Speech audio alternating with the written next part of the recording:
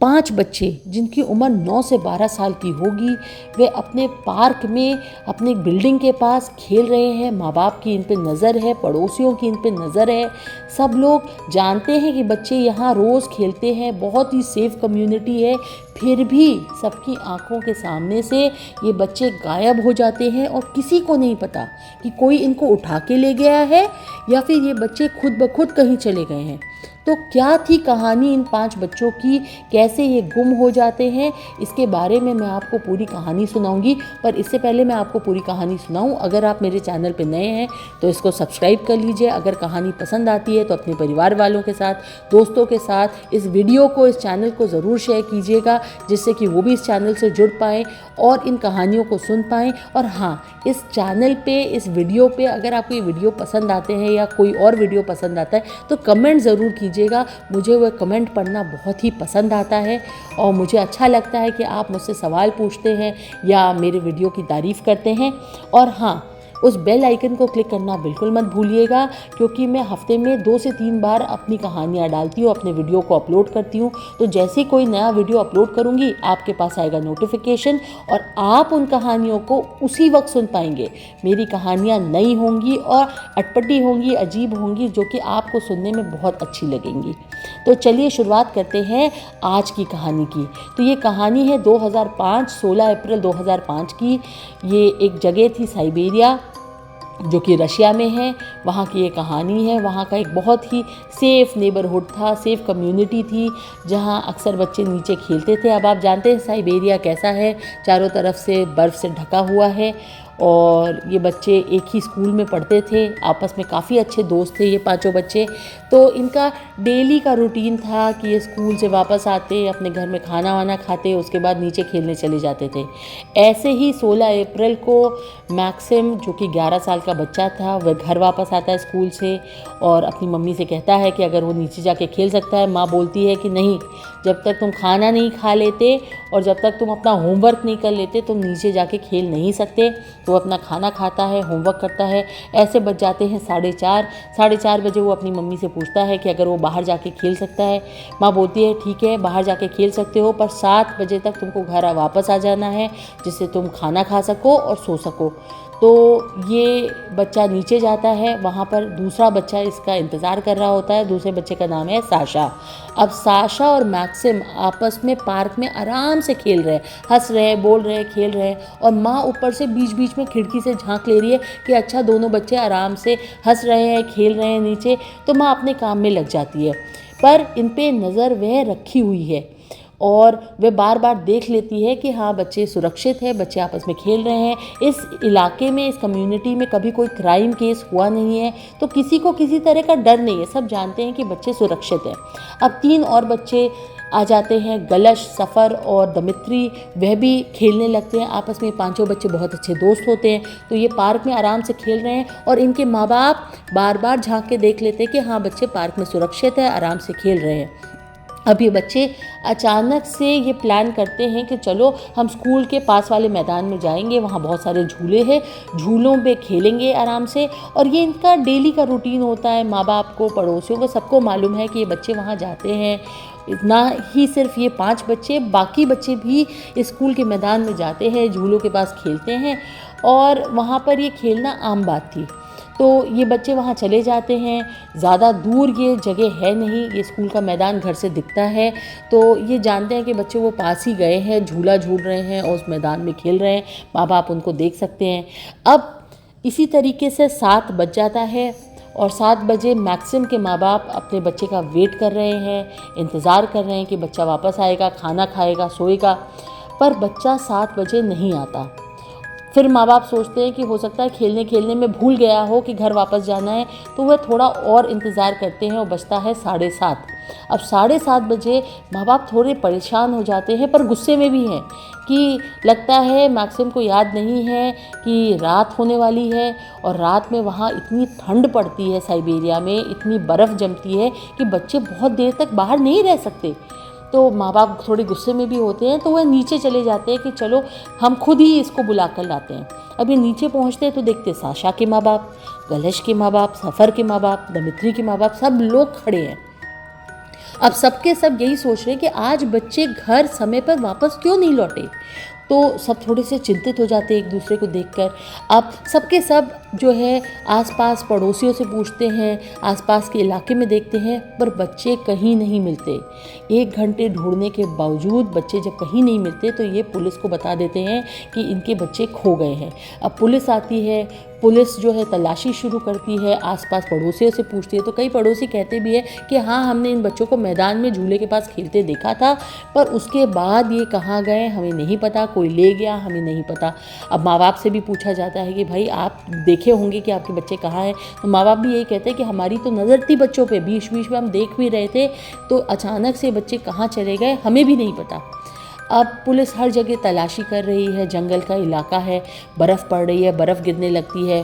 Police की काफ़ी तलाशी करने के बाद भी आस पड़ोस में कहीं पर भी बच्चों का जब कुछ नहीं पता चलता और काफ़ी रात हो चुकी है और जंगल के इलाके में तो काफ़ी अंधेरा हो जाता है, बर्फ़ भी गिर रही है, तो पुलिस कहती है कि हम सुबह तलाशी करेंगे कि ये बच्चे कहाँ हैं। अब सुबह हो जाती है तो सुबह हर जगह भगदड़ मची है, माँ बाप रो रहे हैं, परेशान हैं, पर वो अपने बच्चे को ढूंढ रहे हैं, आवाज़ लगा रहे। पुलिस भी हर तरफ, क्योंकि बर्फ़ जमी है तो बर्फ़ में जो मोटर बोट चलती है उसको भेजती है, जिससे कि ये देख सके कि कहीं बच्चे किसी बर्फीले इलाके में ना चले गए हों। फिर फैक्ट्री का इलाका, इंडस्ट्री का इलाका और जो जंक यार्ड था वहाँ पर भी हर तरफ तलाशी होती है कि कहीं बच्चे वहाँ ना चले गए हों। हर तरफ तलाशी के बाद भी जब बच्चे नहीं मिलते तो लोग सोचते हैं कि कहीं ऐसा तो नहीं कि कोई पकड़ के, कोई किडनैप करके बच्चों को ले गया हो। हर तरफ पुलिस की भगदड़ मच रही है। वह ये देख रहे हैं कि कोई प्रूफ मिल जाए, कोई एविडेंस मिल जाए कि किसी ने कोई गाड़ी देखी हो जिसमें इन बच्चों को पकड़ के कोई ले गया हो। तो भाई 5 बच्चे हैं तो इतनी जल्दी कोई पकड़ के बच्चों को एकदम से गाड़ी में डाल भी नहीं सकता। कुछ उसने कहा होगा, कई बार ये गाड़ियाँ आसपास रुकी होंगी इन बच्चों को पकड़ने के लिए, तो किसी ने कुछ देखा हो, पर किसी ने कुछ भी नहीं देखा था और किसी को कुछ भी नहीं मालूम था कि ये बच्चे कहाँ चले गए हैं या कोई पकड़ के ले गया है। अब इस तरह से 1 हफ़्ता हो जाता है। 1 हफ़्ते तक बच्चों का कुछ भी पता नहीं है। यहाँ माँ बाप परेशान हैं, रो रहे हैं, उनको लग रहा है ये हुआ कैसे। ये तो इतनी सेफ कम्युनिटी है जहाँ कभी कोई क्राइम केस नहीं हुआ, कोई मिसिंग केस नहीं हुआ, तो आज ये अचानक हुआ कैसे। तभी ये खबर मीडिया को पहुंच जाती है कि ऐसा कुछ हुआ है। अब मीडिया में भी सब शॉक्ड हो जाते हैं, सब चौंक जाते हैं कि ये इस इलाके से तो कभी कुछ ऐसी खबर आई नहीं है। तो इसको काफ़ी मीडिया कवरेज मिलती है। माँ बाप को न्यूज़ चैनल वाले बुलाते हैं कि आप आके बताइए कि क्या हुआ था उस दिन, कैसे हुआ था। तो माँ बाप अपना इंटरव्यू दे रहे हैं, जिसकी वजह से ये एक नेशनल न्यूज़ बन जाती है। रशिया में, साइबेरिया में सब लोग इस न्यूज़ को सुन के चौंक जाते हैं कि 5 छोटे बच्चे अचानक से गायब हो गए, जबकि सबकी नज़र थी उन बच्चों पे। तो ये जब नेशनल न्यूज़ बन जाती है तो गवर्नमेंट 18,000 पुलिस ऑफिसर को भेजती है बच्चों को ढूंढने के लिए। अब ये 18,000 पुलिस ऑफिसर साइबेरिया में, रशिया के कई इलाकों में इन बच्चों को ढूंढते हैं। कई बेसमेंट, 15,000 बेसमेंट, एटिक, हर जगह खोज करते, 45,000 घरों में जाकर खोज करते, तलाशी करते इन बच्चों की, पर बच्चों का कोई अता पता नहीं चलता। 1 महीना बीत जाता है। अब आता है महीना मई का। अब मई के महीने में एक दिन एक जोड़ा जंगल में जो ट्रैक बना हुआ था, रास्ता बना हुआ था, वहाँ पर वॉक कर रहा था और ये आराम से घूम फिर रहे थे। तो अचानक से, ये इलाका स्कूल के काफ़ी पास था, तो अचानक से एक सूखे सीवेज वेल से एक अजीब सी बदबू आ रही थी। इतनी अजीब थी, वैसे तो सीवेज वेल से बदबू आती है, पर ये इतनी अजीब सी बदबू थी कि ये जोड़ा जाके वहाँ झांकता है तो देखता है वहाँ जली हुई लाश पड़ी है, पर वह ये नहीं समझ पाते हैं कि ये किसी इंसान की है कि जानवर की है। पर ये पुलिस को ज़रूर इन्फॉर्म करते हैं, इसलिए इन्फॉर्म करते हैं कि उस वक्त ये केस नेशनल न्यूज़ था, सबके दिमाग में ताज़ा था। तो ये लोग इन्फॉर्म करते हैं कि कुछ इन्होंने ऐसा देखा है। तो पुलिस वहाँ आती है, चारों तरफ तलाशी लेती है। उस सूखे सीवेज वेल के अंदर, जो कि 9 फीट का सीवेज वेल था, उसके अंदर झांकती है तो देखती है 5 जली हुई लाशें बच्चों की पड़ी हुई है। इतनी बुरी तरह से जली है कि हड्डियाँ तक काली पड़ गई हैं। तो इन लाशों को निकाला जाता है वहाँ से और फिर माँ बाप को बुलाया जाता है। माँ बाप तो उस शरीर को, उस लाश को पहचान भी, अपने बच्चों को नहीं पहचान पाते, इतनी बुरी तरह से लाश जली हुई थी। पर उनके जो सामान थे उससे वह पहचान जाते हैं कि उनके ही बच्चे हैं, वह शनाख्त करते हैं। और उसके बाद माँ बाप की हालत बहुत बुरी हो जाती है। सब रो रहे हैं, परेशान हैं कि किसने ऐसा किया इन बच्चों के साथ, इतने छोटे बच्चों के साथ ये हादसा हुआ तो हुआ कैसे, कौन है वो दरिंदा, कौन है, कैसे इतना कोई दिल से बुरा हो सकता है कि इतने छोटे बच्चों के साथ ऐसी हरकत करे। पुलिस काफ़ी ढूंढती है उस इलाके में, पर उनको किसी तरह का कोई एविडेंस नहीं मिलता कि कोई बच्चे को पकड़ के ले आया या किसी ने बच्चों की लाशों को इसके अंदर फेंका, उसके बाद जला दिया। पुलिस को इस बारे में कुछ भी नहीं पता है और पुलिस को ढूंढने पे कोई एविडेंस भी नहीं मिलता। तो पुलिस जो है 2 थ्योरी के साथ आती है। पहली थ्योरी ये थी उनकी कि बच्चे इस इलाके को जानते थे, क्योंकि ये स्कूल के पास था तो बच्चे इस इलाके को जानते थे, वह इस सीवेज वेल को जानते थे, वह जानते थे ये सूखा हुआ है, तो उन्होंने सोचा कि हम इसके अंदर खेल सकते हैं, या कई बार वह इसके अंदर खेले हों।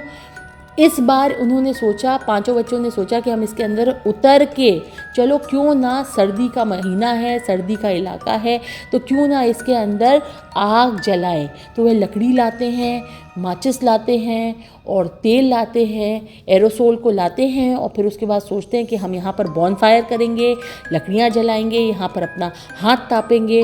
और ये इतना छोटा सा वेल होता है जहाँ 5 बच्चे सही से अट भी नहीं सकते, आपस में पास में ही खड़े हैं, पास ही में लकड़ी में शायद आग लगाते हैं, और उसके बाद आग इतनी बढ़ जाती है कि ये सारे बच्चे उसकी आग की लपट में आ जाते हैं, और फिर वह इस सीवेज वेल से बाहर भी नहीं निकल पाते और उसी आग में जल के भस्म हो जाते हैं, और इनकी हड्डियां तक, इनकी लाशें बुरी तरह से जल जाती हैं, हड्डियां तक जल जाती हैं।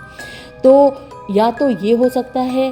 दूसरी थ्योरी पुलिस ने ये कहा कि हो सकता है जब ये बच्चे स्कूल के मैदान में खेल रहे थे तो कुछ लोगों ने इन बच्चों को खेलते देखा हो, टॉफ़ी या किसी चीज़ की लालच दिया हो, फिर उसके बाद इनको पकड़ के ले गए हों और इन सब के साथ इनको अब्यूज़ किया हो, इन बच्चों को, इन छोटे बच्चों को अब्यूज़ किया हो, इनके साथ कुछ गलत हरकतें की हों। पर जब ये नेशनल न्यूज़ बन गया, ये कहानी, ये जो इंसिडेंट है, जब ये नेशनल न्यूज़ बन गई तो वो किडनैपर इतना डर जाता है कि बच्चों का कत्ल कर देता है और फिर ला के उनको इसी पास के सूखे सीवेज वेल में डाल देता है और इनकी लाशों को आग लगा देता है, जिससे कि ये पहचान में ना आए। पर ढूंढने में उनको किसी भी तरह का कोई एविडेंस इस किडनैपर के खिलाफ नहीं मिलता, तो ये केस अभी भी अनसॉल्व्ड है, इसको पुलिस सॉल्व नहीं कर पाती। तो ये थी पूरी कहानी। अगर आपको ये कहानी पसंद आई है तो इस पे कमेंट ज़रूर कीजिएगा, लाइक ज़रूर कीजिएगा, चैनल को सब्सक्राइब ज़रूर कीजिएगा। मैं मंडे को एक नई कहानी के साथ आऊँगी, तब तक के लिए बाय।